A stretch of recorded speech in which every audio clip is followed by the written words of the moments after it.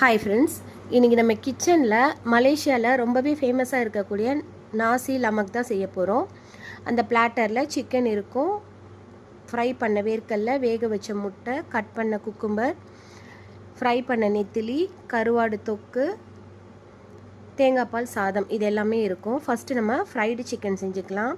அதுக்கு ஒரு பவுலில் 1/2 கப் அளவுக்கு பால் எடுத்திருக்கேன், 2 டேபிள் ஸ்பூன் வினிகர், 1 முட்டை, 1 teaspoon pepper powder, 1 teaspoon garlic powder, 1 teaspoon paprika powder, 1 table spoon chilli sauce, 2 table spoon தயிர், 1 டேபிள் ஸ்பூன் சால்ட். இது எல்லாத்தையும் நல்லா மிக்ஸ் பண்ணிக்கலாம். 3/4 கிலோ அளவுக்கு சிக்கனை சேர்த்து நல்லா மிக்ஸ் பண்ணி ஃப்ரிட்ஜில் 2 மணி நேரம் ஊற வச்சுக்கிறேன்.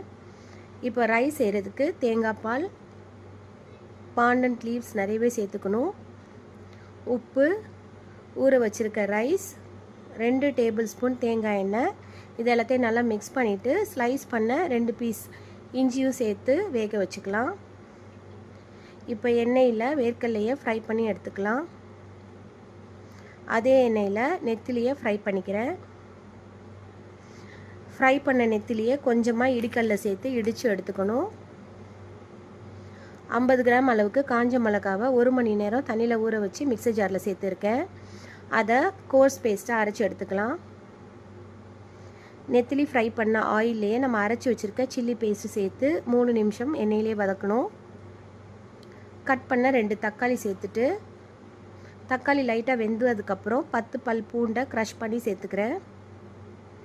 தக்காளி நல்லா மேஷ் ஆனதுக்கப்புறம் தட்டி வச்சுருக்க நெத்திலி, முழுசாக இருக்கிற நெத்திலி, இதெல்லாத்தையும் சேர்த்து நல்லா மிக்ஸ் பண்ணிவிட்டு 1 டீஸ்பூன் சால்ட்டும் சேர்த்துக்கலாம்.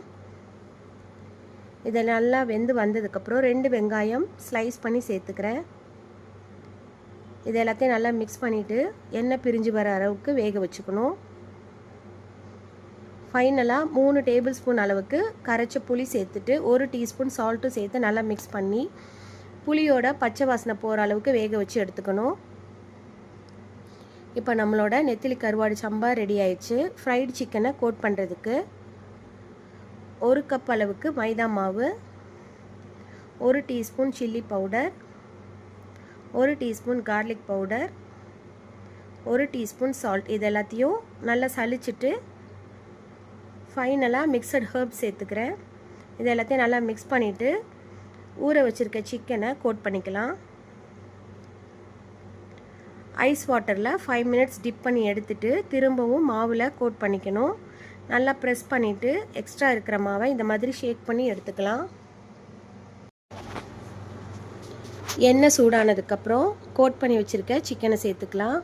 மீடியம் ஃப்ளேமில் வச்சு பொறுமையாக ஃப்ரை பண்ணி எடுக்கணும். நம்ம எந்த அளவுக்கு ஃப்ரை பண்ண போகிறோமோ அந்த பேட்ச் மட்டும்தான் கோட் பண்ணணும், இல்லாட்டி ஊறின மாதிரி ஆயிரும். நல்ல ஃப்ளேக்கியாக வந்திருக்கு. சிக்கனும் நல்லா வெந்துருச்சு, எடுத்துடலாம். நம்மளோட ரைஸும் வெந்து வந்துருச்சு. இப்போது பிளேட்டிங் பண்ணிடலாம். நடுவில் ரைஸ் வச்சுட்டு வேக வச்ச முட்டை, ஃப்ரை பண்ண வேர்க்கடலை, கட் பண்ண வெள்ளரிக்காய், ஃப்ரை பண்ண நெத்திலி கருவாடு, ஃப்ரைடு சிக்கன், நெத்திலி சம்பா, இது எல்லாத்தையும் வச்சுட்டு இப்போது நம்மளோட நாசி லமக் ரெடி ஆயிடுச்சு. டேஸ்டியான இந்த டிஷ்ஷை சாப்பிட்டு என்ஜாய் பண்ணலாம்.